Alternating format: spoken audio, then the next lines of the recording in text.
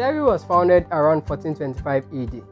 It has a population of 240,000 people, and the occupations of the people are fishing, farming, art, mat weaving, pottery making, trading, and recently, hotel and hospitality business. It is of popular knowledge that Badagry played a key role during the slave trade era in West Africa, but not many people know about the role of some African families that made slave trade successful. If you are interested in knowing what the role Africans played, grab a burger and enjoy this new episode of Travel by Alhaji Burger. I was just surprised, just like you, when I found out the role some African played in the transatlantic slave trade in West Africa, especially in Badagry. Before we get to the business of today, welcome to another episode of Travel by Alhaji Burger. On this channel, we talk about travel, lifestyle and food. I'm sure most of you don't know that you can get to Badagry by boats, especially Lagosians. Well, I figured out that because I didn't want to go to Badagry by road because it's quite a distance if you've actually visited Badagry before. We figured out you could go to Badagry from CMS or Apapa terminal. But we took the boat from CMS terminal and it took us like around 1 hour 45 minutes. We bought the boat from CMS to Liverpool, which cost us around 500 naira. From Liverpool, we took another boat, a speedboat, to Badagry. That's the longest part of the journey. That cost us around 1,500 naira, and that's around $3 and some cents. If you want to find out how we did it, follow us on this trip.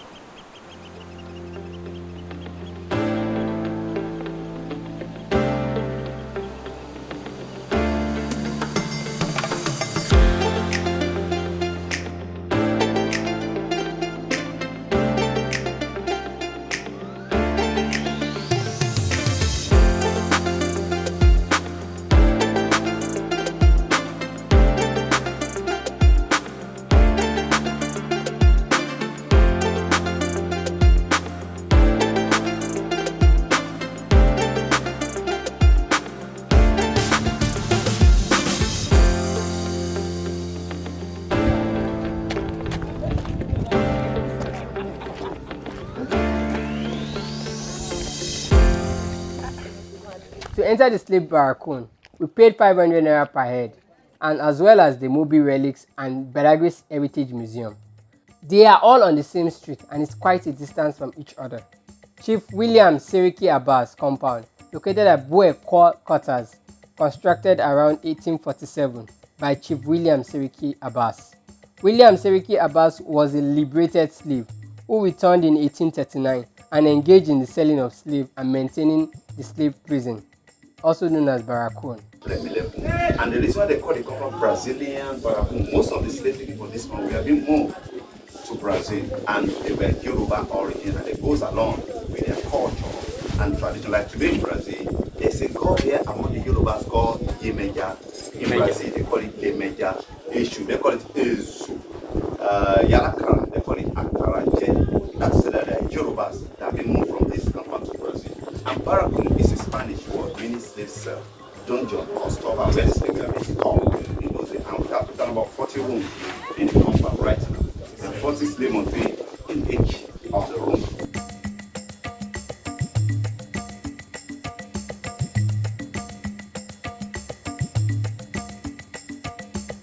Where you are standing is called inspection room.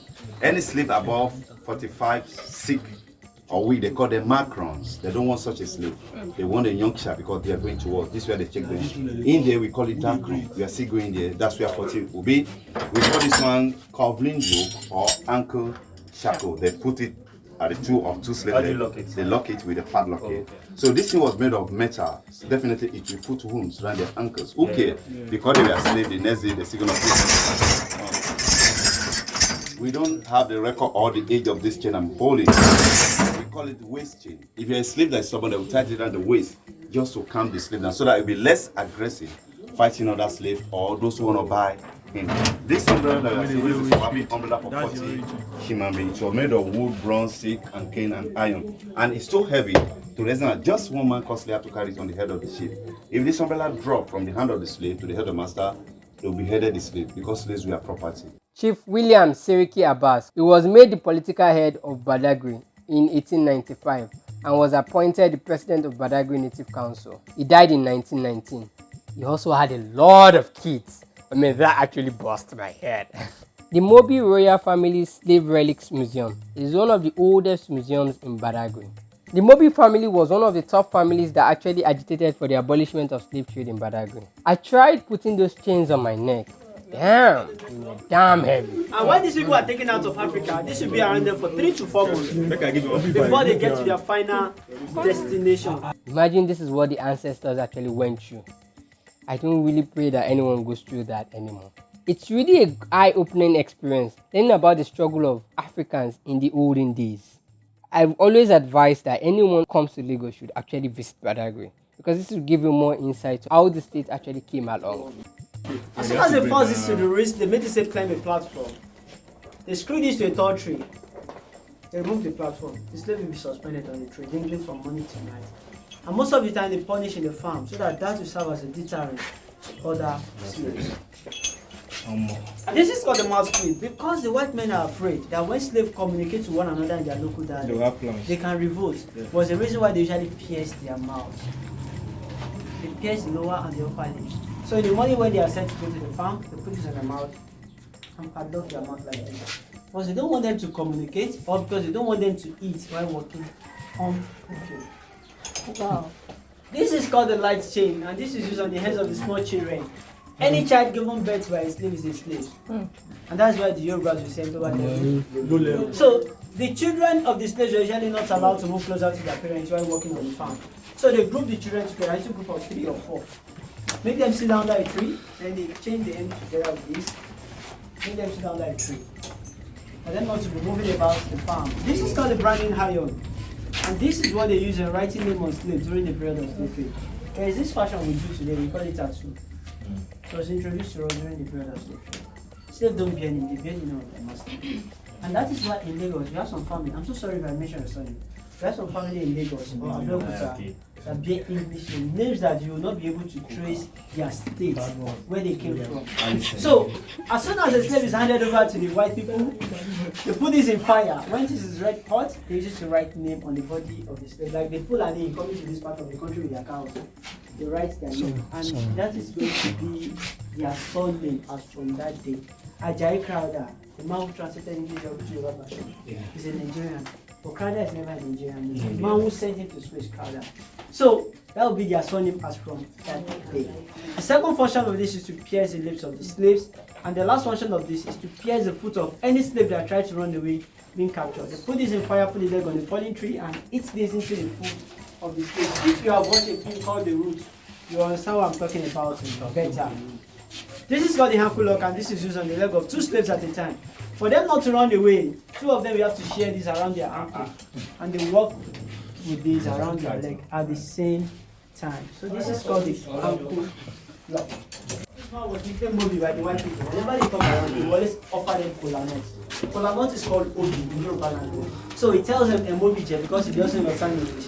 Mobee, and this people doesn't understand what he was saying. So they gave him a nickname, Chief Mobee. The family adopts that name as the family name. Mobee is now a chieftaincy title in Badagry of today. The palace of Mobee is out there. So he died on the 16th of October 1893, and this is where he was buried. If not for him, the trade will last longer in Badagry. Badagry Heritage Museum was formerly known as the District Office. It was constructed in 1863 by the British government.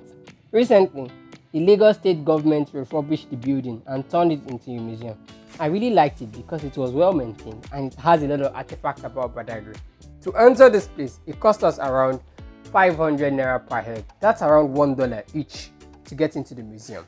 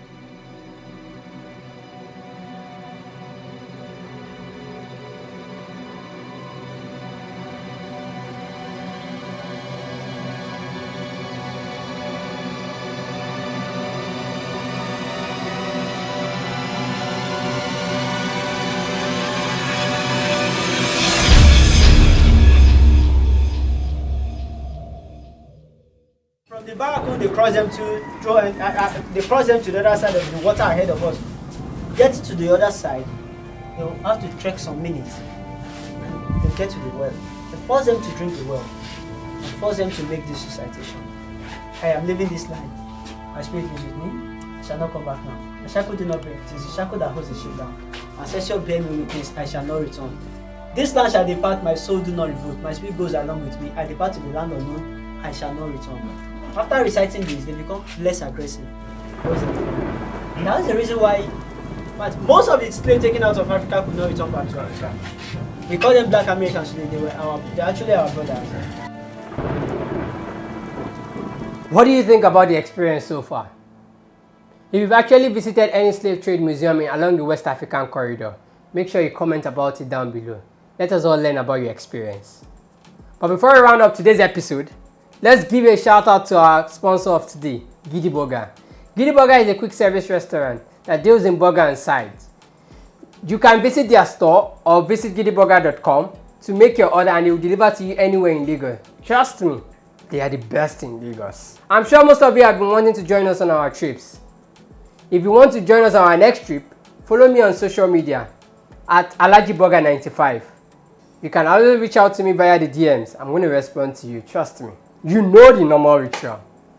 Subscribe, like, and turn on the notification button to get notified about my next exclusive video about the first story building in Nigeria. You don't want to miss it. And it's probably like the longest boat trip I've ever done. Like from Lagos. Oh, sorry, it's still Lagos. Now, Badagry is still Lagos, but the extreme of Lagos, really. Yeah. So it was enjoyable. Got to see like a couple of historic sites. You would like to know the story? Definitely, actually, but not to Badagry. Oh, why? It's a long journey. Like, it's been a long journey, actually, and it was one of like a very, very long trip also. And I think the first ride was very, very scary. I thought I was going to faint, actually. Trip, I love it. It's enlightening and emotional at the same time. It's so heartbreaking seeing those big chains around our neck of our forefathers, and would you actually believe they sold 40 people for one umbrella? So I'm happy to be a millennial. People. Yeah, 40 people. I'm so glad to be a millennial. I can't imagine myself.